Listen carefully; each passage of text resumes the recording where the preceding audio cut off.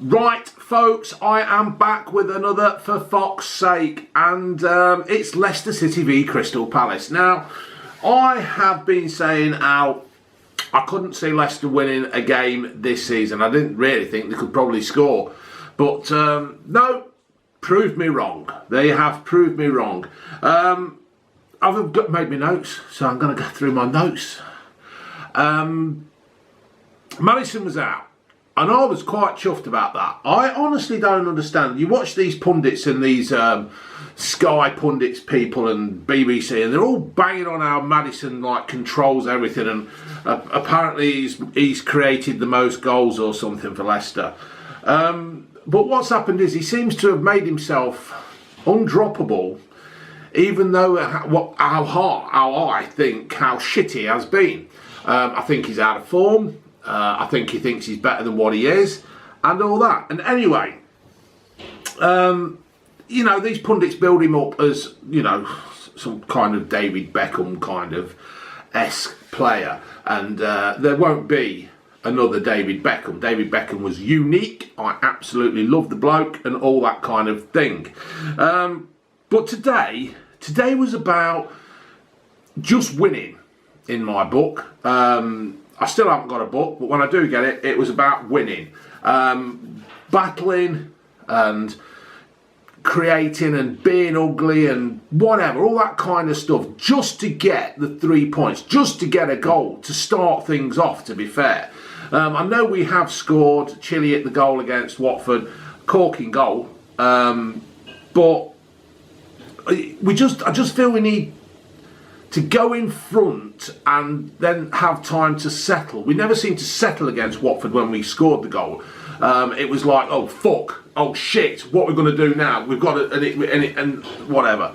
But today, you know, we didn't, and we battled. We got stuck in. And to be fair, in the last 8 games, that Leicester has only had 1 win.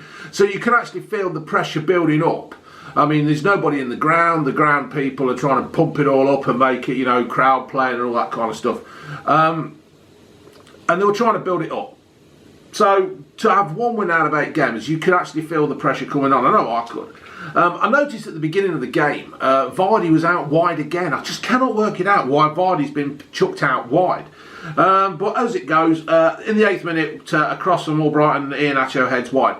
I'm really liking Iheanacho, even though he's not the finished product and all that. He's actually getting stuck in. He's getting in the positions to score goals, and that's a good thing to see. It's, you know, even if he misses, well, when he misses, he wants to get back in. He wants to do well.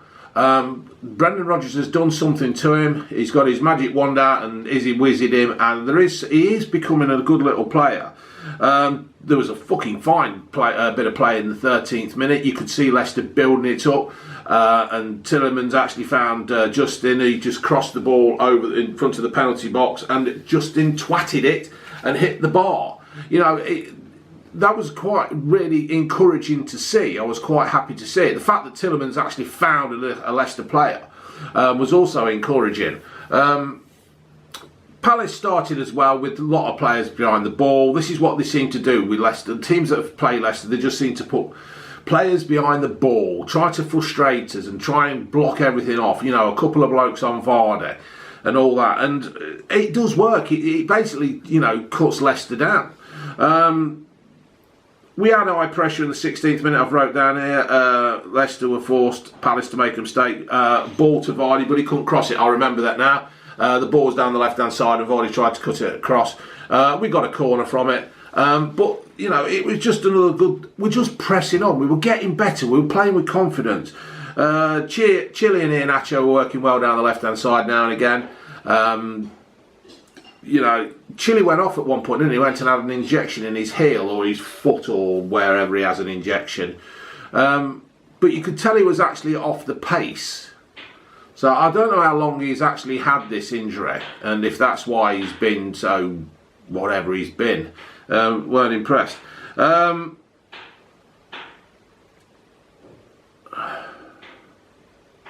Once again, I've got here that Perez fed through to Vardy and he couldn't get under control. That's right, it was in the middle of the ball, just in the middle of the penalty box. It was a great ball. It was a mistake from the Crystal Palace defender. He went to clear it and oofed it, sliced it. Perez took it down in one, turned, gave it to Vardy, and Vardy just couldn't get his feet working quick enough. But once again, Vardy is getting in the positions to try and score the goal, which is all good stuff. But Leicester were creating, and Palace were making it hard for them to break them down. Anyway, the second half comes and Chile goes off, right? So we haven't got Chilwell and we haven't got Maddison, right? Two of the so-called best players for Leicester are not on the pitch. Within 5 minutes, we've scored, right? A ball from Evans out wide to Albright, who knocked it inside to Justin, who then gave it to Tielemans, who then put a cross in for Iheanacho.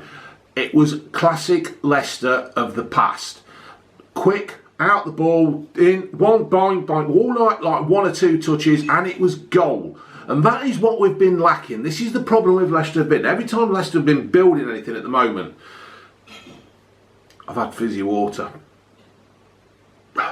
And it just gives the opposition a chance to get back. But because we were hitting them hard on the counter-attack, champions of England, you made us that, we were looking good. And the confidence, you could see us coming back and getting all the confidence. And the way we were attacking and just going for it, 1, 2 touches, there, gone. There was a ball put out through to Vardy, but he was forced out wide, and it was a good defending. Vardy was trying to get it under control to have a shot, but it was put out wide. There was a cross, weren't there? I've seen the Crystal Palace. They had a cross, and Cahill got a header in. It was awful defending at that time. It was just basically a free header down to Schmeichel's right, and he held it. It was the kind of save that Schmeichel should do, but it really was poor defending. Sometimes, even when the ball's coming across, and you just get a nuisance, I don't mean foul, but just at least challenge, and it can put them off. But it was a free header from Cahill, it was on target, and I really think Cahill should have done better than that. But he didn't. Get in there. Let me do, bloody touchscreen's moved. Ferguson Barnes came on for Perez and Albrighton. Albrighton, I thought, did really, really well again. This is going to sound harsh. He's not the best player, but he gives a fucking 100%. And that's what I like about players. Players who come on and just try and try and try and try. That's what you need. Sometimes, with the way Leicester have been playing, granted, we've been third in the league and we haven't been getting results. 1 win out of 8. You need players who are going to knuckle down and just try.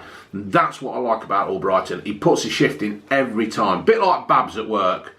There was actually a one after this had happened that Schmeichel gave a long kick to Vardy, and it was great to see. I'm not saying that Leicester should be a long ball team, but what I'm saying is they should mix it all up. It shouldn't be just about passing from the back, 50 passes before we shoot.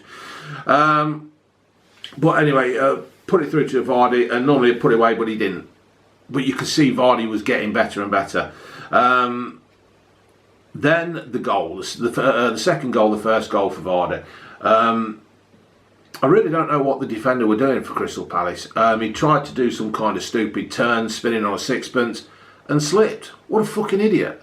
I mean, fortunately, I suppose it was down to Barnes shutting him down. He's obviously learnt from Vardy that, you defend from the front, you shut these players down, you don't give them time, you hustle and bustle. I used to be with a team called, and the team, and Chris Potter used to do that. He was an annoying little shit. He would not let the defenders rest.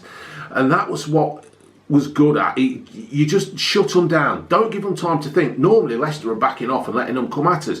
But no, we shut them down. We defended higher up. It was fucking brilliant. And it forced the error, and we got the goal. And that goal, it was just a tap-in for Vardy. It was just a tap-in, simple tap-in. And that has made all the difference. He has got that goal. He is back, right? He is back. Obviously, the crowd ain't there winding him up over Rebecca, but that's it. So that was it. The goals come, and there we go. And the game goes on. We're building in confidence. We're looking better. I love the 3 at the back. I thought that was brilliant. The three at the back, we got control. Benteke and Zaha. I don't know. Why would anybody want to buy Zaha at the moment? Fucking useless. Absolutely useless. Benteke, I like Benteke. He's a trier. You know, he comes in and gets stuck in and tries. Not the most gifted player, but Zaha, can't believe it. Now, I did notice that Mitchell stamped on Justin's foot, and it happened to Perez, and there were a few like that I've noticed with Crystal Palace. It seems to be that they're getting annoyed and losing it, and they do just leave the foot in. Now, I'm not saying Leicester players are all innocent, and I'm not saying that at all, but it just seems the odd stamp on the foot, it's there. Towards the end of the game, Palace were coming back in, and I think Leicester were defending a bit deeper and stuff. Ayew, is that his name? Ayew or whatever.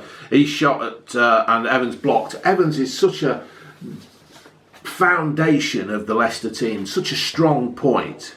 You know, when he packed in, or you know, he really does start to lose it. I hope we have got somebody lined up to take his place. In the 88th minute, Zaha blasted over and wide. He should have used his left foot. Honestly, cannot see why anybody would be after him. I don't really understand why Crystal Palace wanted to fucking keep him. I think he's overrated, so overrated that, you know, it's just hard to believe. But in injury time, Leicester got the third and Vardy second. It was just like the season, start of the season really. The games where, I'll tell you when it was up to. It was just before Christmas, and we ended up playing Liverpool and got fucking battered at home, and we've seemed to have lost the confidence a bit. It seems like we were struggling with the pressure of the Champions League football, but anyway. The third goal came, and I think to be fair, we truly deserved it. It's just took that weight off the shoulders where we needed to score. But once again, it was a quick ball, and Barnes picked it up, ran at the defenders, gave it to Vardy, and it was gone. It was just classic Leicester's counter-attack. So 3 goals, 3 points, a clean sheet, and a good performance. I've been really critical of Leicester of just late. And I've been putting it on Twitter, and Liverpool fans and Celtic fans have been coming back and saying, well, this is how Rodgers is. He's brilliant until he gets worked out. And he's set the team up today, and he's changed the style of play. He's not changed the formation that much. Leaving Maddison out and Chilwell being injured at half time, I think absolutely helped brilliant. A bit like Liverpool when they won the Champions League that time, and who was the Aussie fella who used to play for Leeds? He come off at half time, and then it just changed. I think it was something like that. They went off, Chilwell went off, and it seems they had the more freedom. They weren't just looking for Maddison to just do what he fucking does. So I can see what Liverpool fans and Celtic fans have been saying, but fortunately Brendan Rodgers has changed it, and he did a tremendous job today. He's actually earned his corn today. I thought Ndidi played well. He's like dog shit, innit? He's all over the fucking place. Ever so well. He was helping up front, helping at the back, getting stuck in, just doing what he does. Soyuncu, Evans and Justin, they all gave their all as well. Vardy, busy up front, shutting players down. I thought when Barnes came on, outstanding again. Pratt, he just comes on and calms everything down. But with Wolves playing really well and United winning today, Leicester really needed this. We needed these 3 points, and that has now put us on the 58 points mark. So we've got a goal difference. I've got it on my phone. I've got it on the telly. Look there. Look at that. There you go. We've got a goal difference of 32. Man United are on 55 points with a goal difference of plus 23. So we're doing well there. Chelsea are only on a plus of 13. So, we've got this goal difference, which is pretty much an extra point, isn't it, when all's said and done? It's such a big difference. And Chelsea are on 54 points. Wolves are on 52 with only a plus 11. Sheffield United aren't going to catch us. So it's just between the top 6 now. Leicester third, Man U fourth, Chelsea fifth, and Wolves sixth. You know that anyway. Why am I doing that? I am an idiot. But when all said and done, it's funny how Leicester score, keep a clean sheet, and win without Maddison and a half a game of Chilwell. There is something there, and I think it needs to show that Leicester need to have more people who get stuck in. They all got stuck in today. You know, even Perez like trying his hardest and getting stuck in. So yeah, that's what I think of that, folks. I think it was a great performance, or not a great performance, but a nice gritty getting stuck in, and that's what I like to see. You get stuck in and you let them know they're there. All right, folks. Laters.